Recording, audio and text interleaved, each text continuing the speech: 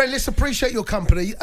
First and foremost, what did you make of the game last night? I thought you guys actually, Australia, were very well organised, disciplined. I think maybe lacking that little bit of cutting edge, that bit of quality up top. But I thought you made a pretty good fist of it, actually. I thought Australia were pretty impressive. Yeah, no, absolutely. Maybe a little bit of luck as well. At times, that's what you need. But no, very, very positive, very proud of the boys, because you need to take in consideration that if you look at our team and where they come from, the boys, we've got a fairly young squad. Not a lot of players with a lot of caps in there. There's plenty without less than 10 caps.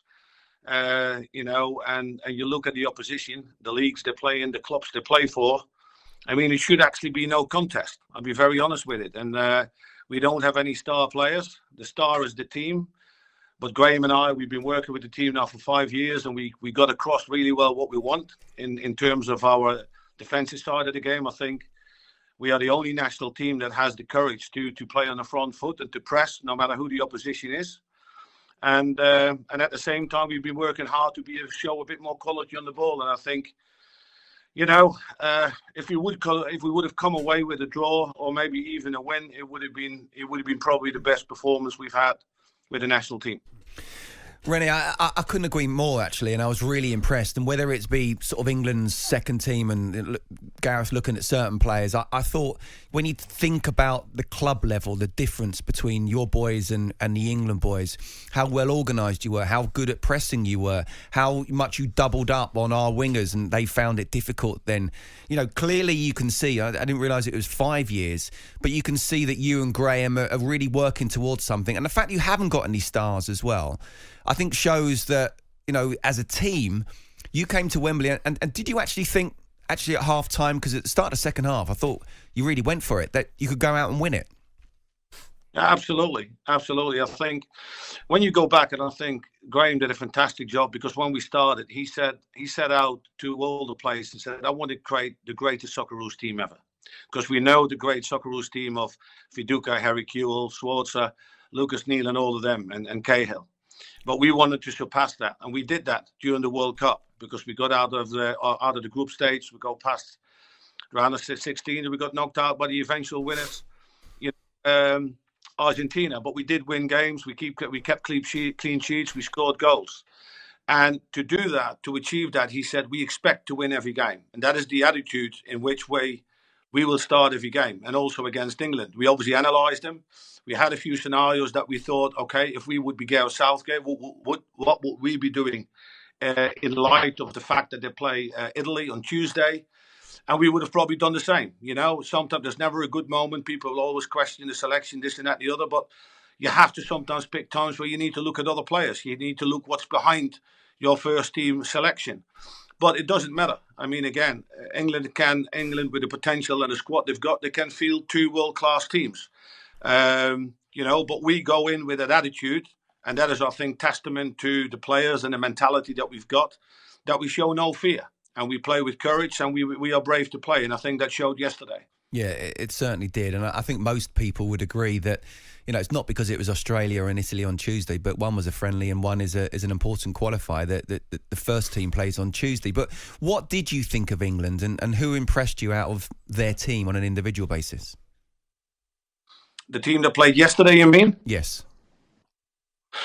That's a good question, but obviously a bit difficult, because I'm focusing fully on obviously the Australian team. Were there any then, Rene, that once you saw the team, you thought, I better have a word with the guy who's going to come up against him to make sure that he's absolutely on it?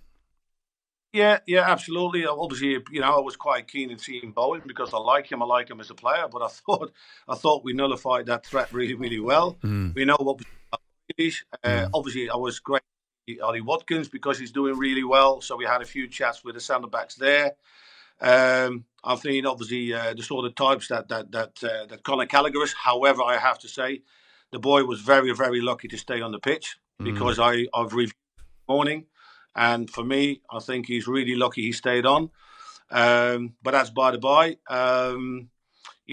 Sam Johnson, that I know as a young kid that I worked with at Manchester United, it was great to see him in goals. I thought he had an outstanding game, made a few absolutely brilliant saves. But yeah, Gareth will probably get get out of it what he wanted. He obviously apologised after the game to us and say, listen, because we got this game on Tuesday and that is why I picked the squad. It says, Gareth, listen, Graeme and I would have done exactly the same. No excuses there. We have to play what's in front of us. And still, like I said, I keep repeating myself, England should be able to, to play two world-class teams. Rene, what did you make of Trent Alexander-Arnold's performance? He started at right back, but actually he played centre midfield for a lot of that, coming inside. In fact, a large part of the game, he was almost a midfielder, and England playing a back three. What did you make of that performance? And we've seen that a lot. The inverted fullbacks, it's commonplace now. Yeah, you put him in there because he can play there, because one of his biggest strengths is his passing range, and opening teams up. But I thought, if I would have to pick one word, I thought it was a bit subdued. I think there wasn't really moments where I felt where you got the midfield players with Bellingham and with Rice controlling, and they sometimes can really rip right through you. That didn't really happen, and that's partly obviously because we stood very well. We were very well organised. We wanted to make sure that they couldn't really play through the middle, so we forced them to go wide and then go back and then put the pressure on. And they didn't really have an answer for that. So, yeah, I think there's a lot of players. I think if you look back on the England side, you would have expected more from it. And just the fact that they've beaten us 1-0, a lot of those things probably is going to be swept under the carpet, But if for whatever reason it would have been the other way, I think more questions would have been asked.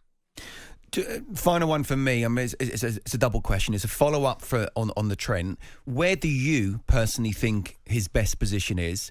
And in terms of Australia going forward, obviously you've talked about you want to be the greatest side ever, and you want to follow on what you did from the World Cup. How is everything going in terms of developing going forward?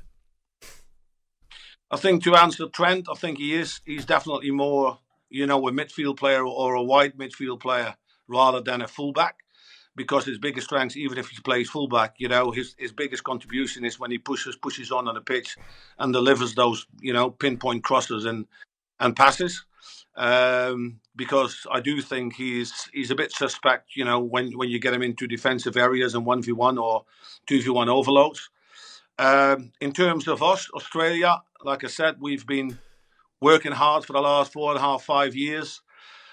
With the Socceroos, we are constantly looking for bringing new young players in. You saw yesterday one in Mo Toure that came on. He was only 19 years of age, so we keep looking at that. But there's a lot of things, a lot of things. I think obviously, Scott, you probably picked up some articles that Graeme have done here whilst in England, and he's really highlighted the fact that we don't get any funding from the government. We don't have a home of football. Grassroots football is not very well organised. There's still a pay-to-play system. I can go on and on and on. Sorry, Rene. Sorry, Rene. Sorry to stop you. What, say that again. Are you saying that there's no... In Australia, there's no government funding? No, none. You can check it. No, I don't disbelieve you. I'm saying that you're saying that there is. So I know for a fact that rugby union, rugby league, huge cricket, Aussie rules.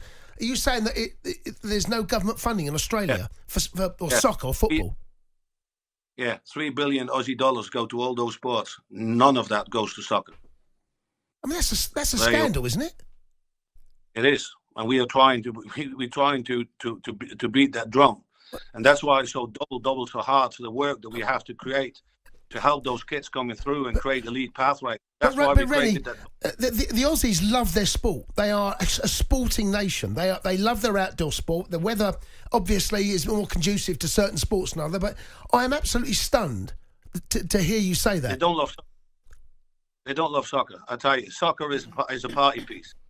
When we turn up for the World Cup, everybody comes out. You look at all the cities: Melbourne, Sydney, Adelaide, Brisbane. 10, 15, 20,000 people watching the games. Unbelievable. Fantastic. You've never seen a support like that. The moment the World Cup is over, the scarf goes back in the closet, goes back wherever it is, and you go back to rugby and rugby union. So Red, look, I get that there's certain countries have certain sport. Aussie rule, we know that. We spoke cricket, rugby union, certain parts of rugby, rugby league, of course the state of origin with New South Wales and Queensland. But if you were to speak to the Australian government now, what would you be saying about investment in Australian soccer? Well, that we need it desperately, and that we need to create an identity, a home of football. like you guys have. You got St George's Park. You can go all over the world. Everybody has got a home of football. We haven't one. We need to look at the entry levels for grassroots football. Take that pay-to-play system away. Restructure the whole state federations in line with the FA. There's so many things that need to be done, because at the end of the day, we have an obligation to create a future for all those young boys and girls that we like to inspire. As you say, Rene, you've been banging the drum. What's been their answer so far as to why they don't? Well, the answer at the moment is zero. I find that staggering. I find that absolutely staggering. That a sporting nation like Australia, that there's the lack of investment at grassroots level, and a country that love their sport. I find that staggering, Rene. Honestly, I didn't know that. It is, and sometimes it's good that it's brought to attention to other people. No, you've done that. Like I said, you actually typifies the typical view that people have about Australia.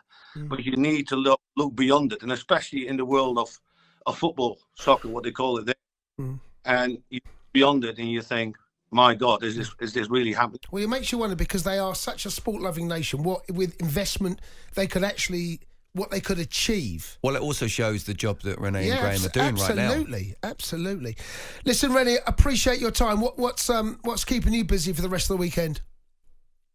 Well, we just in a few, I think half an hour, we will move to another hotel, because we play in New Zealand at the Brantford Stadium on Tuesday, which is another big game for us, a bit of a local derby played here in England, but looking forward to that one. And then just a bit of a break, and we're getting ready for the FIFA window in November. Brilliant stuff. Brilliant. Listen, Rene, really appreciate your time. Thank you very much. Rene. Enjoy the rest of your weekend, what's left of it, okay? You're welcome. Thank you. Top man, there is Rene Muelensteen, assistant manager to the Socceroos. I had no idea. Staggering that there is. You're half Australian. I'm half Australian, but I'm. You disgusted? Well, about half of yourself. No, I'm not. No, I'm English, but it's unbelievable to think that a sport-loving nation like Australia, they love their. Like I said, the weather's conducive for outdoor sport, swimming. They invest millions into their sport.